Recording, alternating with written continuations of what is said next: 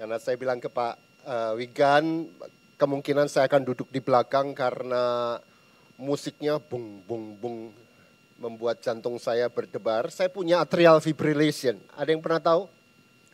Atrial fibrillation itu aritmia jantung yang kalau tidak tertangani bisa stroke. Ya, jadi ini salah satu trigger yang membuat jantungnya ngamuk. Ya. Jantung itu otak kedua kita. Kita punya otak di sini, ini punya otak lalu disambung dengan vagus nerve namanya. Ya. 1,5 tahun yang lalu saya juga didiagnosis autoimun ya, di perut, namanya Crohn's disease. Ya. Itu otak ketiga. Jadi saya punya 3 otak. Three brains, satu judul buku yang bicara soal otak pertama, otak kedua, otak ketiga. Nah ini kayak, ada yang tahu Fluffy enggak? Di filmnya Harry Potter, anjing yang kepalanya 3, ya, kalau tidur semua beres. Tapi kalau satu bangun, bangunin yang kedua dan ketiga. Jadi kalau ininya masalah, Crohn's disease saya masalah, nih bangunin ke sini nih. Ya, anxiety kumat. Bangunin ke sini, wah atrialnya kumat. Jadi tugas saya adalah membuat anjing kepala 3 ini tidur terus. Ya. Supaya tidak ada trigger. But I survive, Pak. Ya, jadi nggak perlu ke belakang. Oke, teman-teman mari kita buka kitab kita dari Yohanes pasal yang ke-12. Kita mau bicara dalam bulan ini menjelang Paskah tentang salib Kristus. Dan saya secara khusus akan mengajak Anda untuk merenungkan Yohanes pasal yang ke-12. Karena di gereja kami, gereja tradisional yang nggak pakai jendung-jendung itu. Ini Prapaskah yang kelima dan kami membaca bersama gereja seluruh dunia. Membaca Yohanes pasal yang ke-12 ini ya. Gereja-gereja yang memakai leksionari ya, bacaan. Bacaan Injil di GKI, di GKJ, di Nigeria, di Jerman semua membaca Yohanes 12. Kita lihat sama-sama ayatnya yang ke-23 sampai dengan 33. Yohanes 12 ayat yang ke-23 sampai dengan 33. Kata Yesus kepada mereka, telah tiba saatnya anak manusia dimuliakan. Sesungguhnya aku berkata kepadamu, jika biji gandum tidak jatuh ke dalam tanah dan mati, ia tetap 1 biji saja. Namun jika ia mati, ia akan menghasilkan banyak buah. Siapa yang mencintai nyawanya, ia akan kehilangan nyawanya. Tetapi siapa yang membenci nyawanya di dunia ini, ia akan memeliharanya untuk hidup yang kekal. Siapa yang melayani aku, ia harus mengikut aku, dan di mana aku berada, di situ pun pelayanku akan berada. Siapa yang melayani aku, ia akan dihormati Bapa. Sekarang jiwaku terguncang. Dan apakah yang akan kukatakan? Bapa, selamatkanlah aku dari saat ini? Tidak. Sebab untuk itulah aku datang ke dalam saat ini. Bapa, muliakanlah namamu. Lalu datanglah suara dari surga. Aku telah memuliakannya dan aku akan memuliakannya lagi. Orang banyak yang berdiri di situ dan mendengarnya berkata bahwa itu bunyi guntur. Ada pula yang berkata seorang malaikat telah berbicara dengan dia. Jawab Yesus, suara itu telah terdengar bukan oleh karena aku melainkan oleh karena kamu. Sekarang berlangsung penghakiman atas dunia ini. Sekarang juga penguasa dunia ini akan dilemparkan keluar. Dan aku, apabila aku ditinggikan dari bumi, aku akan menarik semua orang kepadaku. Ini dikatakannya untuk menyatakan bagaimana caranya ia akan mati. Nah saudara, kenapa Paskah, berita kebangkitan Yesus itu penting, bahkan berita paling penting dalam iman Kristen. Sebab mengatakan kepada seluruh dunia, tapi juga kepada setiap pribadi bahwa kita tidak menuju jalan buntu. Kematian. Kenapa Paskah begitu penting? Karena mau dikatakan kepada kita bahwa kematian itu bukan titik hidup akhir kita. Tapi dia koma, atau lebih tepat titik koma. Saya suka sekali dengan titik koma ini. Kenapa? Karena masih ada titiknya. Ada kepastian bahwa kita semua mati.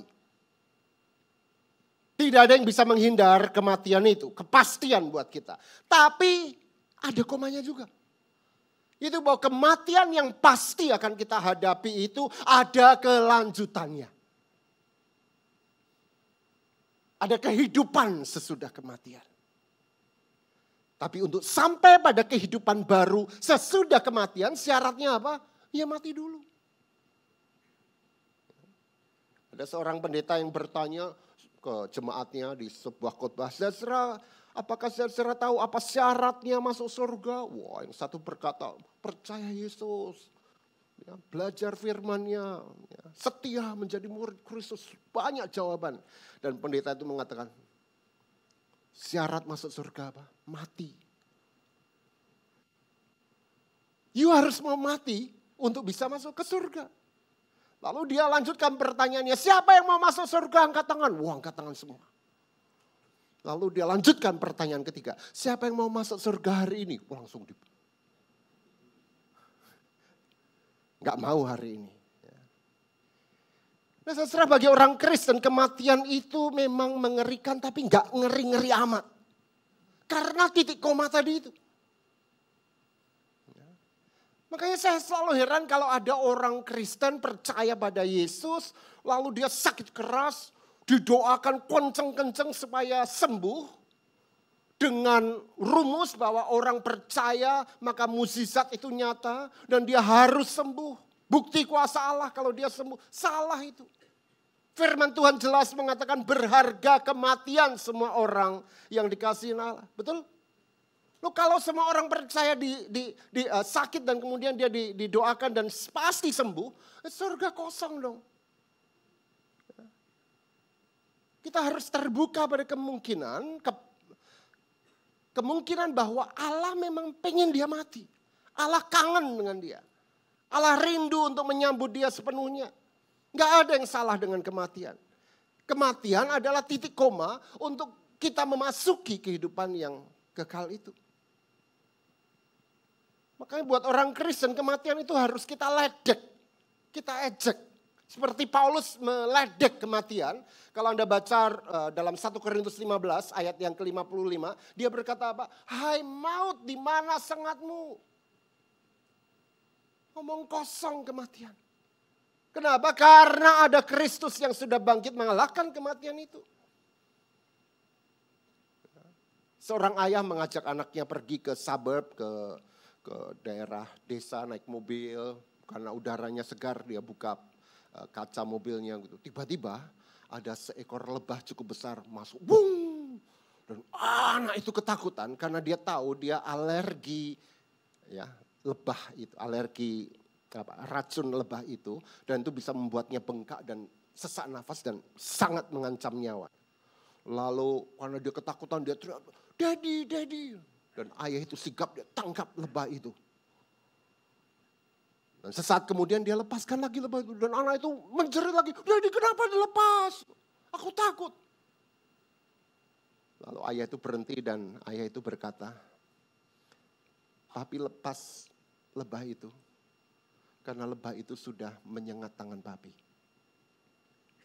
Dia sudah tidak berkuasa lagi membuatmu sakit. Kematian itu sudah diambil ke dalam tubuh Yesus. Ke dalam diri Allah sendiri. Sehingga kematian itu tidak lagi membuatmu harus mati selama-lamanya." Amin. Ya. Kalau gitu Allah mati dong. Itu kan pertanyaan apologetis. Banyak orang yang menyerang agama Kristen mengatakan, "Loh Yesus itu Allah, lalu Yesus mati, Allah mati dong." No. Kematian Yesus bukan the death of God. Tetapi the death in God.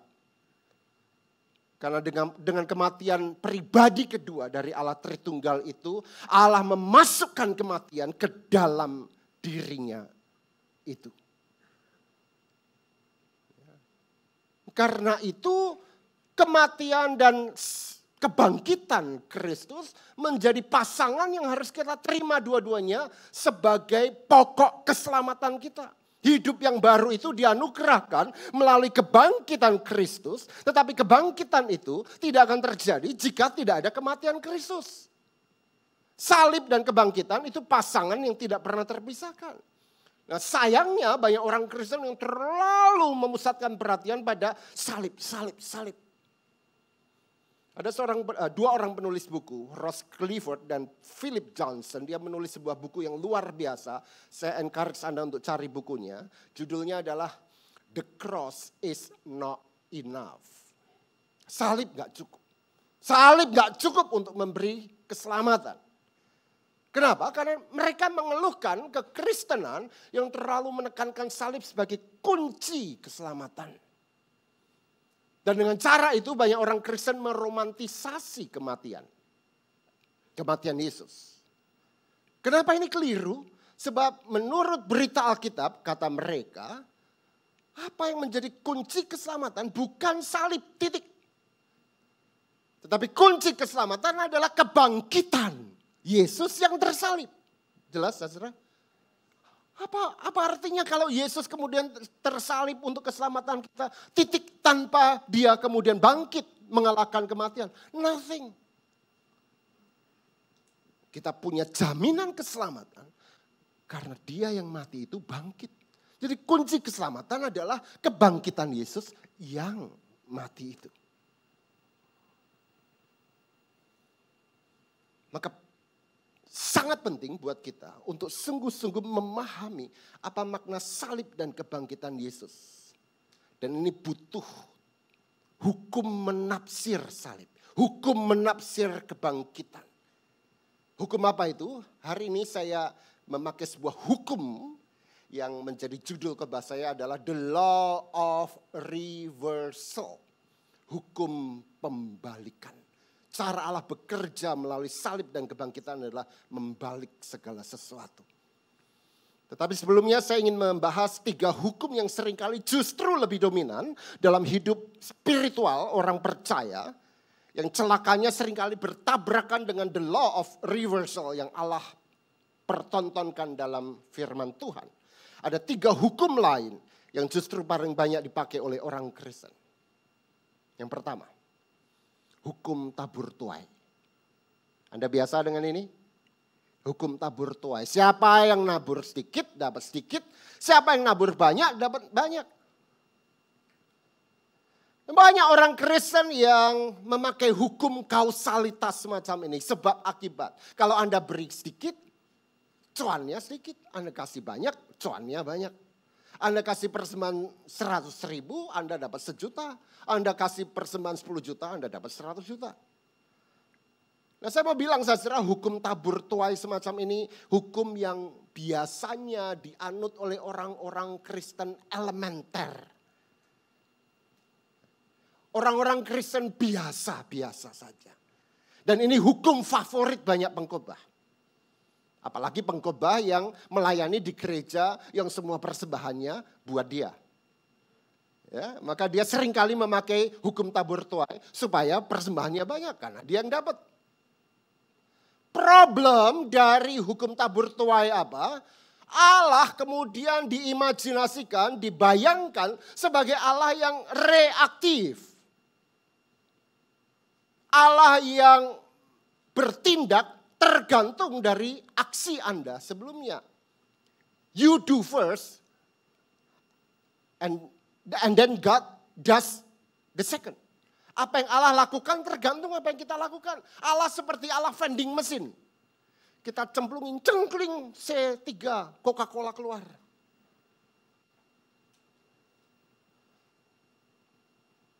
Dan kemudian kita cenderung menilai Allah berdasarkan apa outputnya. Kalau kita sembuh, oh Allah baik. Kalau bisnis kita lancar, oh Allah luar biasa. Orang kaya artinya Allah berkati. Orang miskin artinya, oh dia punya banyak dosa. Allah nggak ngefans sama dia. Nah mungkin Anda bertanya loh, kan ada ayatnya Pak. Ya, mari kita buka satu ayat yang sering kali kalau di gereja saya ini paling banyak dipakai oleh penatua ya majelis sebelum persembahan. Saudara mari kita beri persembahan.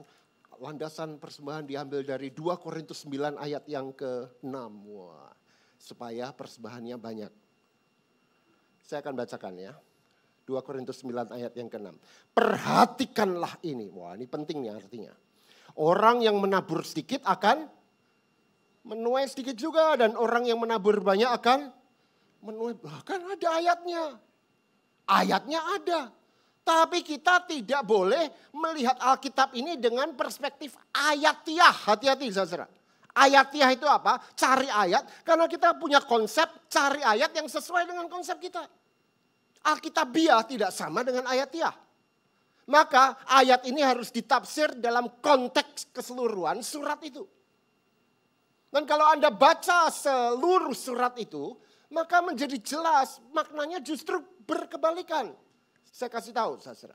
2 Korintus pasal yang ke-9, LAI memberi judul apa? Pengumpulan uang untuk Yerusalem. Jadi Paulus nulis surat kepada jemaat Korintus. Bayangkan ini Korintus ya, sugih, kaya. Hai Kor, kita kumpulin uang untuk kaum duafa. Sorry ya, ini yang duafa. Yerusalem, mereka miskin. Para rasul di sana tapi miskin-miskin. Yuk kita kumpulin uang untuk mereka. Tabur untuk mereka. Nah lalu Paulus berkata, siapa yang menabur sedikit, menuai sedikit. Pertanyaannya, siapa yang menabur?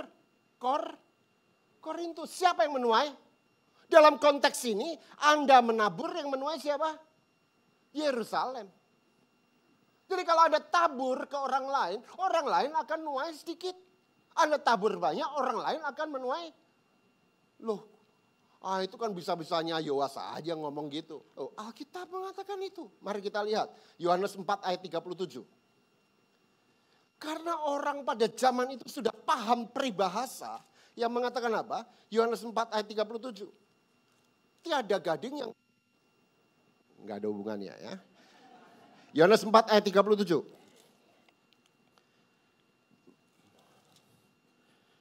Sebab dalam hal ini benarlah peribahasa yang seorang menabur dan yang lain.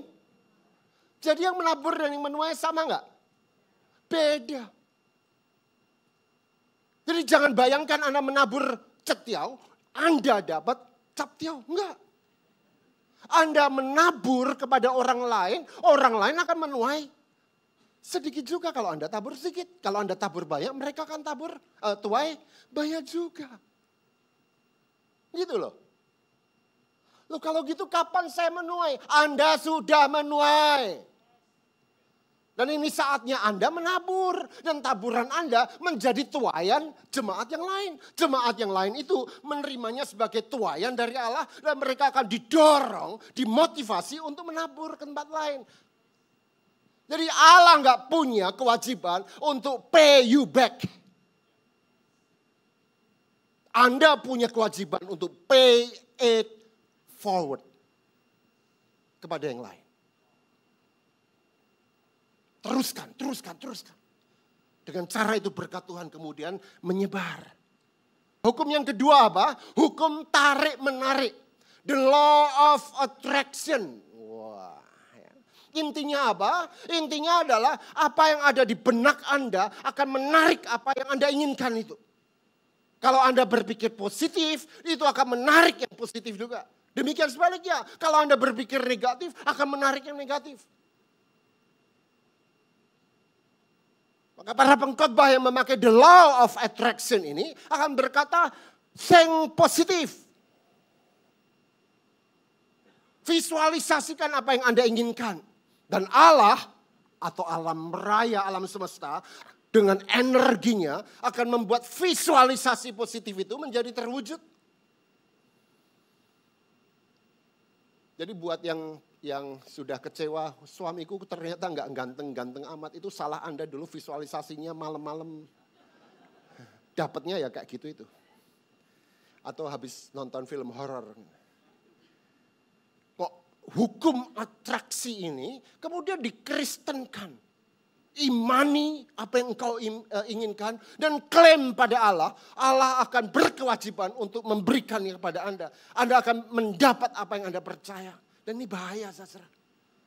Karena Allah bukan lagi satu pribadi dengan kedaulatan kehendak, tetapi Allah seperti energi yang otomatis akan mengikuti hukum ini. Allah berada di bawah hukum tarik-menarik ini.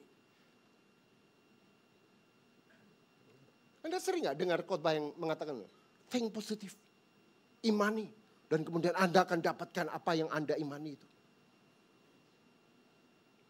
Yang ketiga, hukum dunia ini yang seringkali dikristenkan adalah hukum piramida, the law of pyramid. Piramid, apapun lah ya. Imajinasinya apa? Bahwa dunia ini seperti sebuah piramida, makin ke atas makin runcing dan makin kecil. Dan karena itu kita harus berusaha untuk mencapai ke atas. Yang di atas ini slotnya kecil, yang di bawah banyak. Maka kita harus survive, berjuang, makin ke atas, makin kaya. Tanda bahwa kita beriman. Banyak pengkhotbah yang mengatakan itu. Kita harus jadi kepala, bukan ekor. Aku mah lebih suka jadi ekor ya, di belakang daripada dibuat sop kepala. Ya. Kita selalu ingin jadi yang nomor satu, pemenang. Ya. Kalau perlu sikut sana, sikut sini, tendang sana, tendang sini. Dan ini hukum rimba sebenarnya. Siapa yang kuat, dia yang menang. Dan anak-anak sejak kecil dilatih, dididik dengan mentalitas semacam itu. Satu kali saya dengan istri saya ambil rapot anak kami yang kedua. Bertahun-tahun yang lalu. Kami duduk antri dengan orang tua yang lain. Dan tiba-tiba ada orang tua yang sudah ambil rapot. Dan kami tahu anaknya itu cerdasnya luar biasa. Selalu juara satu. Dan ketika keluar ibunya marah-marah pada, goblok kamu, kenapa cuma ranking 2? Ranking 2 digoblok-goblokin. Saya langsung dong otomatis tengok ke istri saya tengok ke saya. Dan kami tertawa kecut. Karena anak kami ini ranking 5, dari bawah. And we don't care. Karena kami tahu anak kami udah berusaha sekuat tenaga. We don't care. Jadi kalau Anda punya anak Anda ini kemudian memang dianugerahinya ya cuman segini, ya sudah. Sejauh dia berusaha keras, betul? Ranking 2 dimarahin. Kalau ada 50 anak dalam satu kelas dan semua orang tua ingin anaknya ranking 1, ada berapa yang ranking 1? 1. Sisanya apa? Losers. Ini hukum piramida, saudara. Jadi ada 3 hukum yang bermasalah. Hukum tabur tuai, hukum atraksi tarik-menarik, dan hukum piramida. Yang seringkali dikristenkan, dibaptis menjadi Kristen. Padahal Yesus dalam bacaan kita memakai hukum yang sama sekali berbeda. Hukum apa itu? The law of reversal. Hukum pembalikan. Apa itu hukum pembalikan? Yaitu cara Allah memakai apa yang berkebalikan dari apa yang justru dipentingkan oleh manusia. Justru dipakai oleh Allah. Di dalam diri Yesus Allah memperlihatkan sebuah cara yang berlawanan dengan semua cara dunia ini. Sejak kecil saya ingat bagaimana guru sekolah minggu saya berkata, di dunia ini ada 2 jalan. Yang lebar dan yang sempit, betul? Ya. Ketika saya merenungkan the law of reversal ini, saya berpikir, no, hanya ada 1 jalan. Bedanya adalah, semua orang di dunia ini berjalan ke arah ke sana. Orang Kristen di jalan yang sama, berjalan ke sana. Melawan arus. Lah kalau 2 jalan, yang sini semua orang menuju ke sana, yang sini sepi, enak, jalan tol. Jadi orang Kristen gak enak, kenapa? Karena ada 1 jalan, semua orang ke sana, Dan kita ke sana. Melawan arus. Semua orang mendekati pusat, center. Yesus menjauhi pusat. Di Yerusalem itu ada 2 pusat. Yang pertama pusat agama, bait Allah. Yang kedua adalah pusat politik, istana. Dan apa yang terjadi? Yesus kemudian menuju Golgota. Kata Alkitab, di luar gerbang kota. Dia melawan arus. Nah, Allah semacam ini adalah Allah yang eksentrik. Apa itu eksentrik? Ek itu keluar, center. Allah yang keluar dari center. Jadi kalau Anda mau jadi orang Kristen dan Anda nggak mau jadi orang yang eksentrik, Anda nggak layak disebut sebagai murid Kristus. Orang Kristen harus menjadi orang yang eksentrik. Orang aneh. Karena semua orang kesana, Anda kesana. Ini hukum pembalikan, saudara. Ingat, ikan mati mengikuti arus, betul? Yang melawan arus hanyalah ikan yang hidup. Saudara, Alkitab penuh dengan contoh the law of reversal ini. Yang terdahulu akan menjadi yang terkemudian. Pemimpin harus menjadi hamba. Yang terkecil akan jadi terbesar dalam kerajaan Allah. Anda lihat nyanyian Maria, Magnificat. Ketika Yesus akan dilahirkan. Allah menurunkan orang berkuasa. Allah mempermuliakan orang yang rendah. Yang kaya akan diusir dengan tangan hampa. Yang lapar dikenyangkan. Dan masih banyak lain. The law of reversal.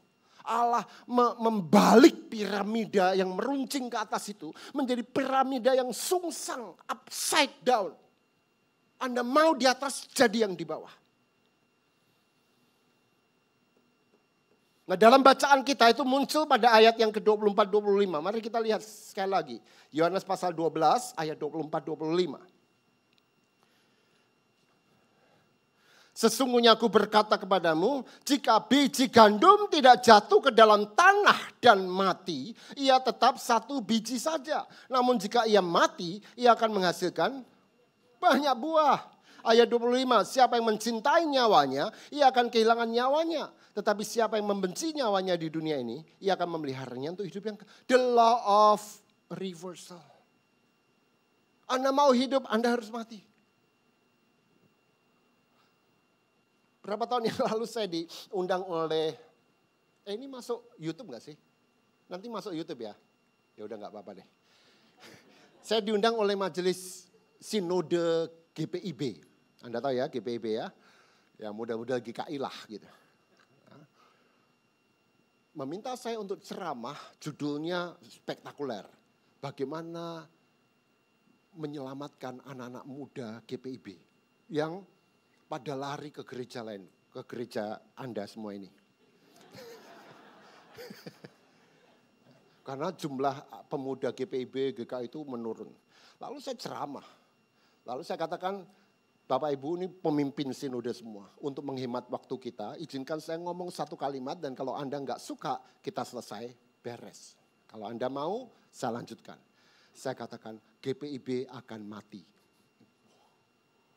Ini pendeta diminta datang untuk bagaimana menyelamatkan, malah ngomong GPIB mati. Lalu saya segera, mereka nggak nyaman dengan kalimat itu, segera saya katakan dengan beberapa alasan. Yang pertama, semua yang diciptakan Allah pasti mati.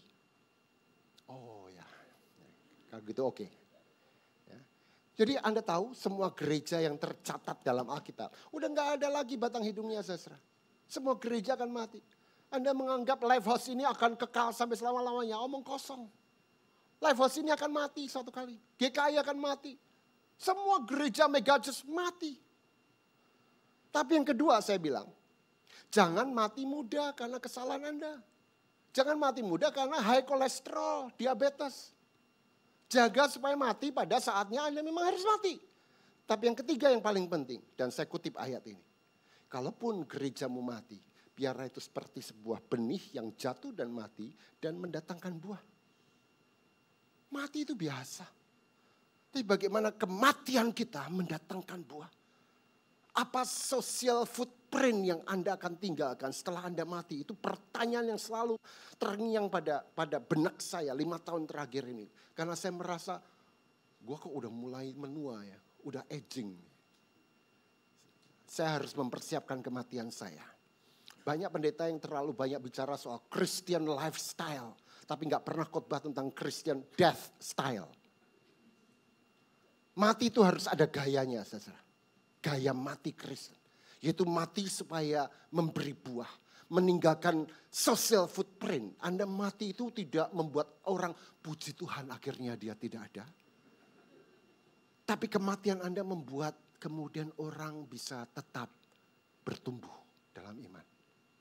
Jadikan itu cita-cita hidupmu. Nah ayat 24-25 ini menjadi contoh the law of reversal. Ini hukum piramida terbalik. Yang di atas dibalik menjadi yang bawah. Yang di bawah diangkat ke atas. Ini berlawanan dengan hukum tarik-menarik. Sebab mereka yang sukses justru akan dihancurkan. Dan yang gagal akan ditopang. Ini bukan hukum tabur tuai. Sebab mereka yang dianggap tidak beriman. Karena kekalahan mereka justru Allah bela. Allah menangkan. Nah setelah mengutarakan dua reversal, dua pembalikan ini, Yesus mengungkapkan isi hatinya.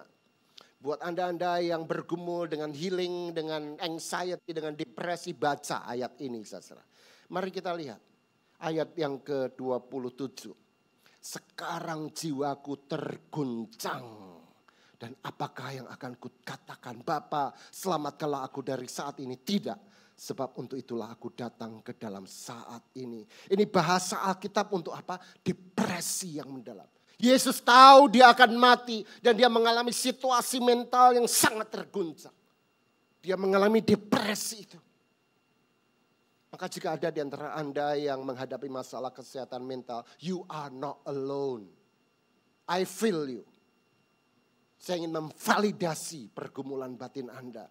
Sebab Yesus guru Anda itu mengalami juga dalam kemanusiaannya. Dia terguncang.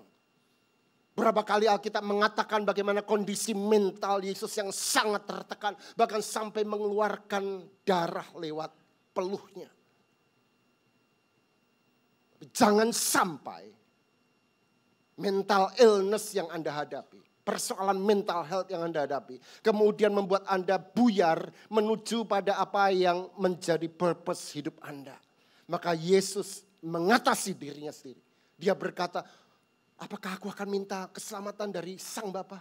Tidak. Karena tujuan hidupku apa? Mempermuliakan Allah. Maka kalau saat ini Anda menghadapi depresi, datang pada Allah. Dan Allah akan melakukan hal yang sama dia lakukan pada Yesus. Mengafirmasi anaknya. Saya tidak katakan Allah akan mengambil masalahmu, tidak. Tapi dia akan kuatkan Anda. Dalam bahasa Injil Yohanes apa? Mempermuliakan Anda. Apa artinya? Allah akan menampilkan kemuliaannya di dalam keadaanmu yang depresi, yang anxiety itu. Setepatnya di situasi hidup mati. Orang yang mengalami anxiety, depresi itu kan seperti kematian pada saat dia masih bernafas. Nah tapi saudara, hukum pembalikan ini belum selesai. Ada satu lagi bahkan menjadi the great reversal, the greatest reversal. Apa itu? Salib. Salib adalah pembalikan agung Allah yang dikerjakan melalui Yesus. Kenapa? Karena salib itu adalah tanda laknat, tanda kutuk di mata masyarakat dan pemerintah Roma. Sekarang menjadi tanda kemuliaan Allah dan tanda keselamatan. Mari kita lihat ayat yang ke-32.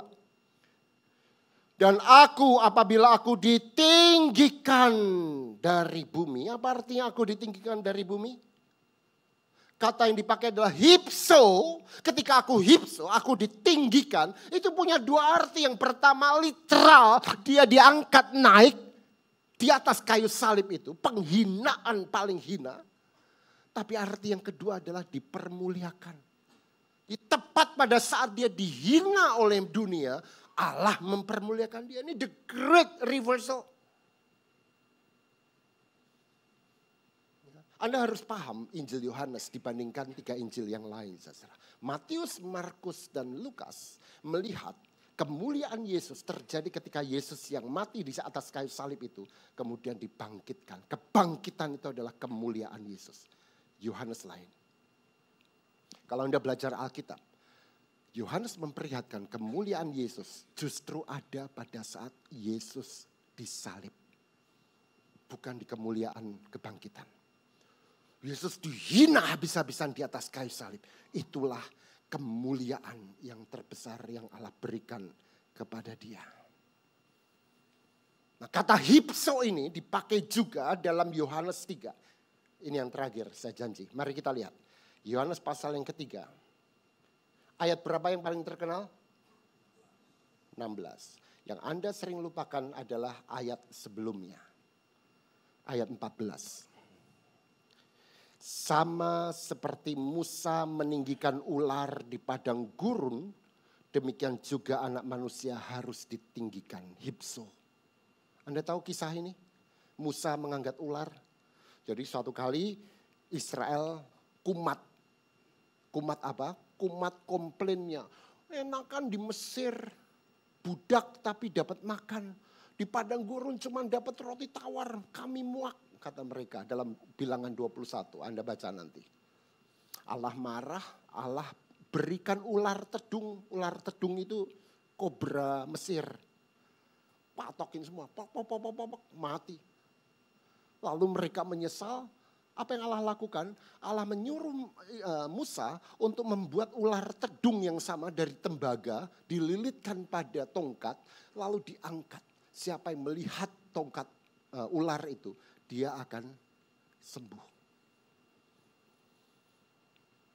Makanya sekarang Anda pernah ke apotek? Apotek itu lambangnya apa? Ular, tongkat dengan ular, kadang dengan cawan ya. Farmakon dalam bahasa Yunani itu artinya apa? Racun tapi juga obat. Racun tapi juga obat. Sama seperti ular itu diangkat, demikian juga anak manusia harus ditinggikan. Ditinggikannya apa? Disalib. Jadi racun. Jadi orang hina. Tapi firman Tuhan mengatakan oleh bilur-bilurnya engkau menjadi sembuh.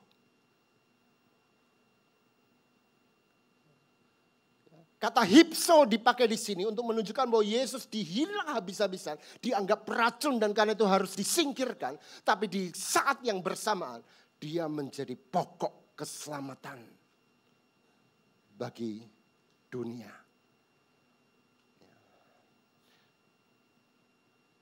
Nah, saudara yang terkasih, Allah semacam apa yang Anda percaya? Apakah Allah yang menurut Anda bekerja dengan hukum tabur tuai? Allah yang bekerja dengan hukum piramida? Allah yang bekerja dengan hukum tarik-menarik, the law of attraction? Mungkin kalau itu Allah yang Anda percaya, Anda sedang bersama dengan orang dunia menuju ke tempat pusat itu. Kalau Anda percaya pada Allah, Sang Bapa dari Yesus Kristus, Anda harus menjauhi cara berpikir yang keliru. Percaya pada the law of reversal ini. Allah yang membalik segala sesuatu di dunia. Allah yang eksentrik. Allah yang merendahkan mereka yang congkak, meninggikan mereka yang dihina. Saya sangat khawatir orang Kristen mengaku Kristen tapi justru mempraktekkan hukum yang melawan hukum Allah. Dia menyanyi keras mempermuliakan Allah. Tapi mentalnya, praktek hidupnya justru berlawanan dengan jalan salib ini. Mungkin Anda berkata, ya tapi saya remuk, saya disolimi, saya menderita. I feel you.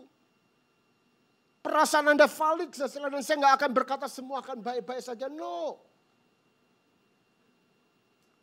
Bapak nggak berkata pada Yesus, everything will be okay. No. Dia tetap disalib. Tapi izinkan saya berkata, sudah pernah ada satu pribadi. Kalau Anda mengalami saya jatuh sejatuh-jatuhnya.